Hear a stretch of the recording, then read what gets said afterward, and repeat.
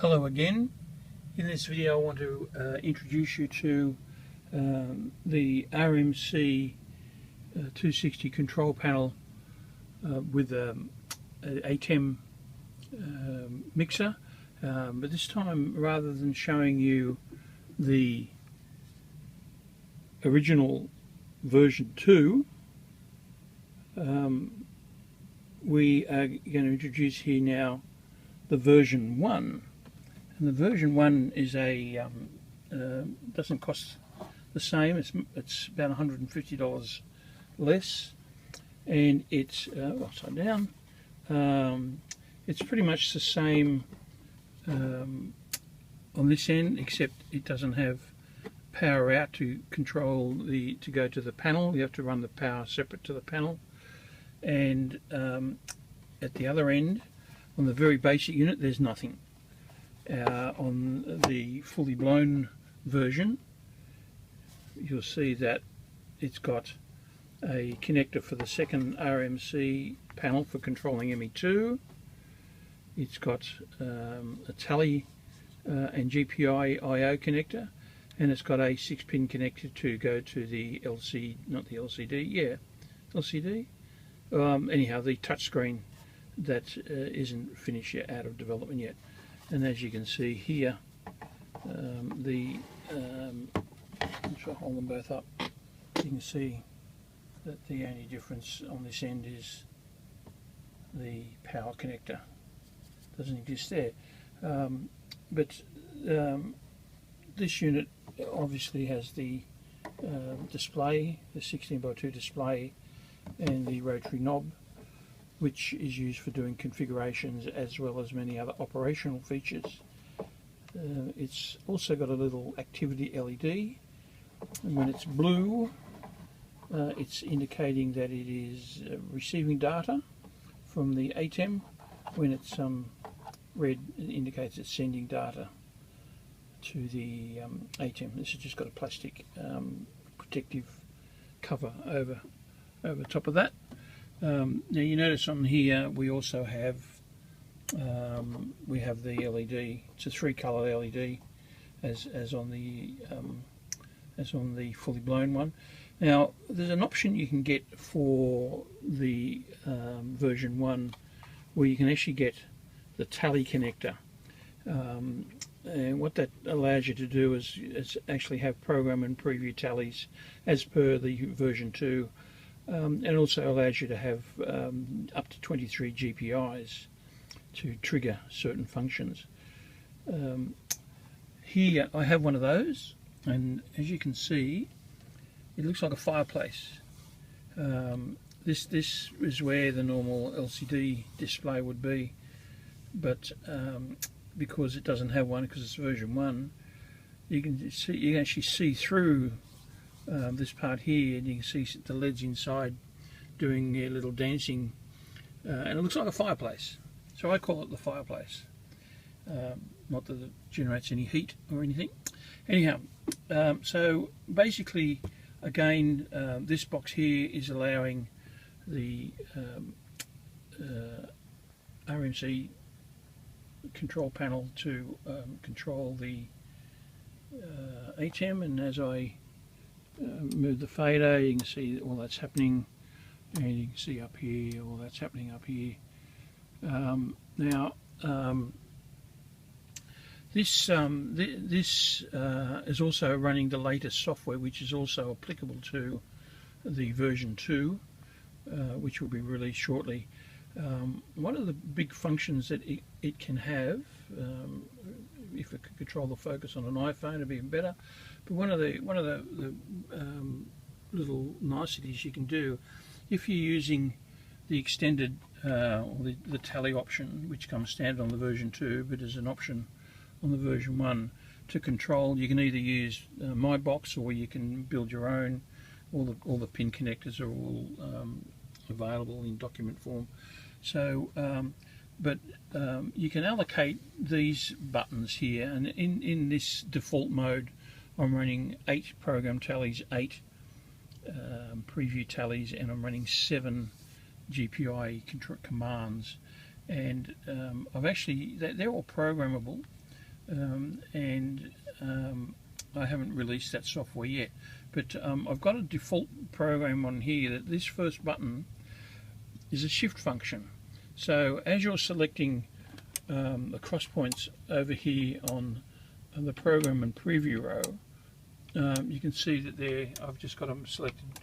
I've got the sources selected as cameras 1 to 8 on the buttons, but I've also, in the setting up the cross point allocations, there's actually, you can allow a shift which gives you inputs 9 to 16, and you can select them by holding down the shift button and just pressing, say, a button, so button 2, or this button here would end up being input 11. So if I select that, you'll now look up here and you'll see it's actually on camera 11 because I've used the shift function. But you'll also notice that this light comes on here. Now this light, the label on it says logo, but we're not going to be using that function, so you can change the label on that if you want. But you'll see there's a similar one down here, and what that indicates is that we're on this button here isn't actually the third button in, it's actually 8 plus 3 being the input 11. It gives you the opportunity of selecting a whole lot more inputs than just the 8 available here. And the same thing applies on the preview row. You can see as I'm switching the preview row here, it's only selecting the lower numbers, but the moment I hold my finger on the shift button and press an input, you'll notice that the this light comes on here, which actually says save grab, but that's not a feature that's going to be in the ATEM line of switches. And you can see that that actually brings you the second lot of 8 lamps. So basically you can actually use this, and you can program any button to be the shift function. You can program any button here to press any button on here, or in fact to press any button on here, including selecting macros. So you can use it to trigger macros. You can also use it to just do a simple auto trans if you want to just trigger it off a foot switch or something. These particular buttons also are available on this back connector here via opto isolators, so that you can have no electrical connection between this unit and whatever you're using to control it. So if you've got other equipment that triggers, you can come in through the opto isolator and not have something burn out something else. Basically that's just a quick explanation of why you would want this connector, not only to give you your tallies, your program and preview tallies, but to also give you that ability to use the shift function. But if you're really just after very basic 8 input control, just get one of these. Without that, save yourself $50, and away you go. Now with this version 1, because there's no screen and knob, you can't use that to do all your configurations, which is your cross point configurations, which ATEM input comes to which button on your program preview, your stills, I mean all the stuff that you've seen in previous videos that have been shown how to configure. You can actually do that on just using the USB connector. Down on here, probably a bit dark, but I'll show you over here. The USB connector, which is the white thing there, you can connect that to your PC or your Mac. Just open up a terminal program, or PuTTY, which is the one I use, and here it is. Here's my PuTTY here, and basically what you can do with that, let's say for instance you just want to get a select it here. These are some of the commands that you can do through PuTTY. You can say press N, it shows you all the names. Let me just bring that down, drag that down a bit. It shows you all the names that are available. It can show you the stills. But one of the things it can do, which is all part of the new software, is it can show you the current program and preview. So if I just select camera 1 over here on the program row, it comes up and shows you here what the sources are. So I can actually be switching along here. Let's just go to say super source, media player 1, and you can see it's changing the red, which is a program row, because your program row over here is showing as red, as your preview row is showing green. So as we are changing these sources, you can see over here that we're changing the green now because I'm on the preview row. And of course, if I do a trans or something like that, you'll see it flops over at the end of it. So that's a very quick use of the terminal window. I can also, if I go over here, when I showed you these commands, the next video I'm going to show you is going to be the C command, which is the enter configuration mode. Again, there you go, there's a focus. So if I actually type in C, which is a capital C, it actually enters in a configuration mode, which clears the screen. And here we have up here configuration manager, and then as I use the keys on the keyboard, which are these keys here, the 4 keys here, will give you the ability to scroll up and scroll down the different menu items and then change the values using the left and right. And then the escape key will exit. The enter key obviously will enter what it is. So I'll go into this more detail next video, but quickly here, as you can see, I'm using the down arrow, I'm using the up arrow. So these are all the different commands that you can set up, and then once you select the one you want, let's say cross points, you can then use the right, left and right arrow. So we now entered into that mode, and you can see it will show you what are on not just the first 8 but the 9 to 16 buttons, which is your shift function. So you can see they go all the way up to color bars.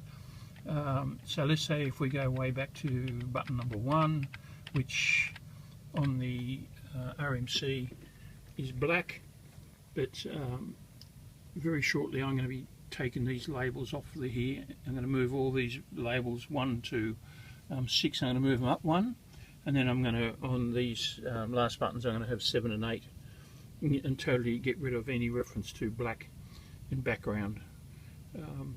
I'll also have to do that in the user's guide, but that's for another time.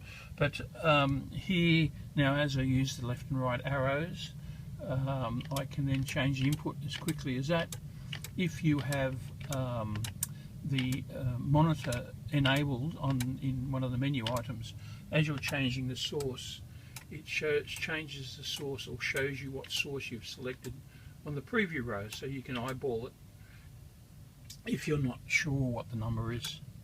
And as you can see, I can step through all the available sources for this switcher. Now this is an old ME2. It will jump over any sources that aren't available as a program preview source. You can see we get all the way up to program ME2, and that's the last. So you can use the left arrow to step back. And again, as I say, it's changing the input on the preview monitor, and you can see it also changing down here. And of course, once you've finished your selection, you can hit enter, or if you don't want to change anything, you just hit escape on the keyboard and we escape. And then if you want to come out of configuration mode, we can hit escape again. As we're changing inputs again, we will just see those changes. But I'll show you, probably the next video, I'll probably show you that the configuration for the version 1, but it also is applicable to version 2. Goodbye for now.